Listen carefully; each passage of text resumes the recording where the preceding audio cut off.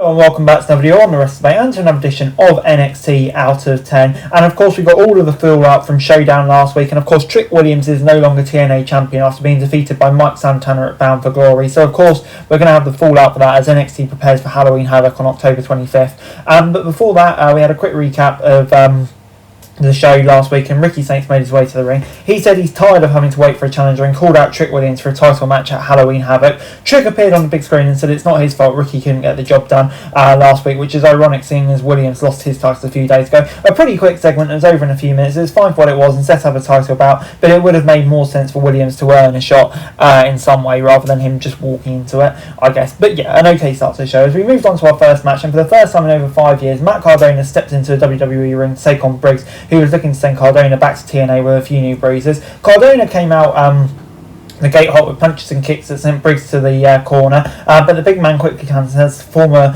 rider reading after a few stiff shots. The crowd was clearly on Cardona's side. It chanted his name as he hit a drop kick from the middle rope to send Briggs out of the ring. As we went to a break, the internet champion had the upper hand. Briggs had taken control during the break and got an earful when he came back. When Cardona regained the upper hand, he hit the unprettier for a close two. Briggs moves well for a big man, and Cardona's a versatile performance, so they did everything to look good. It was pretty standard formula, but the second half really picked up, and after surviving some of Cardona's biggest shots, Briggs nailed him with a huge running boot for a big win, 6 out of 10. As we then moved on to Dr. Wagner Jr., who took on NXT's Exodus King. After Tavian Heights used Wagner's mask to trick King recently, King's been suspecting its heights every time he sees Wagner. They started with an exchange of takedowns and counters. Wagner out-wrestled King and almost pinned him in a minute into the match. King got a little frustrated and resorted to some dirty tactics, but the AAA star didn't let up. King took control during the break and began focusing on Wagner's D to weaken him. The match was weird because it feels like it's about to pick up steam at several points, but never did. They were stuck in second, and Wagner got the win and called Ethan Page. When it was over, Page called out and hyped their match at Halloween Havoc, and Wagner revealed it would be a Day of the Dead match, which means anything goes. It's going to be an intriguing match. For this segment alone, I'm going to give it 5 out of 10, but I am looking forward to that match.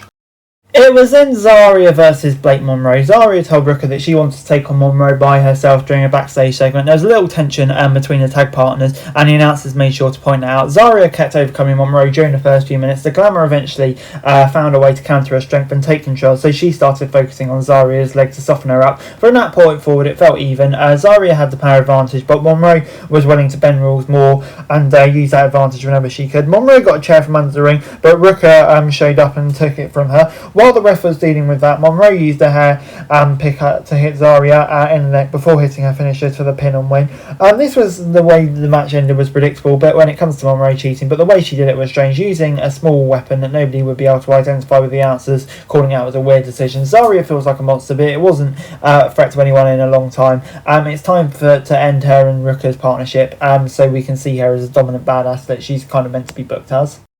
The next match was a triple threat tag bout with 3 teams who all lost their last matches on TV, so everyone was looking for momentum. Hank and Tank, Sean Spears and Nico Vance, and Dixon and Connors were the competitors. One member from each team was designated a legal representative at all times, so numerous near falls were broken up during the first few minutes. The match came to an abrupt end when Nima and Price attacked everyone. The crowd seemed happy to see them, but it was a weak ending to a match that really just got going. And of course, triple threat tag team, I don't know if you can really have DQs and whatever, so yeah, didn't really make a whole lot of sense to this match, so yeah, I'm going to give it a 4 out of 10 overall. Before we moved on to our main event, a battle royal to find the next number 1 contender for James Women's Championship. Competitors from NXT and TNA were involved, and a total of 20 women were involved in this bout. As soon as the bell rang, everyone started brawling, and it was every woman for herself. Some duos worked together, but like always, they had to fend for themselves. Eliminations happened kind of randomly, so the ring started clearing out after a few minutes. There didn't seem to be one person dominating, which made it less predictable. By the time it went to a break, the field had been cut in half. Most teams were split thanks to one partner being eliminated, so nobody really had an advantage.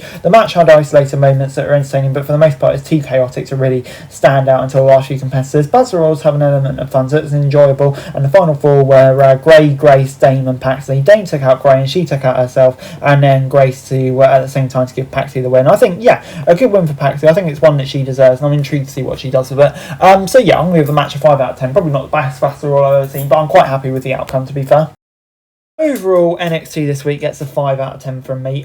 Yeah, to be honest, probably not the best episode of NXT this week, I think it's fair to say. A lot of matches that didn't just really click. Some storyline decisions as well that I didn't really get. So yeah, probably not the best start for NXT after Showdown. But I think there is still some intriguing bits on NXT at the moment. I mean, obviously some matches like Saints v Trick will be great, for example. So yeah, 5 out of 10. So that's it for this video. Thanks very much for watching. Remember to like, share, subscribe. Follow us on our socials. Link in the description below for daily wrestling news, meme and content. Subscribe to our other channels on screen right now. That'd be greatly appreciated. Thanks very much for watching. Peace out.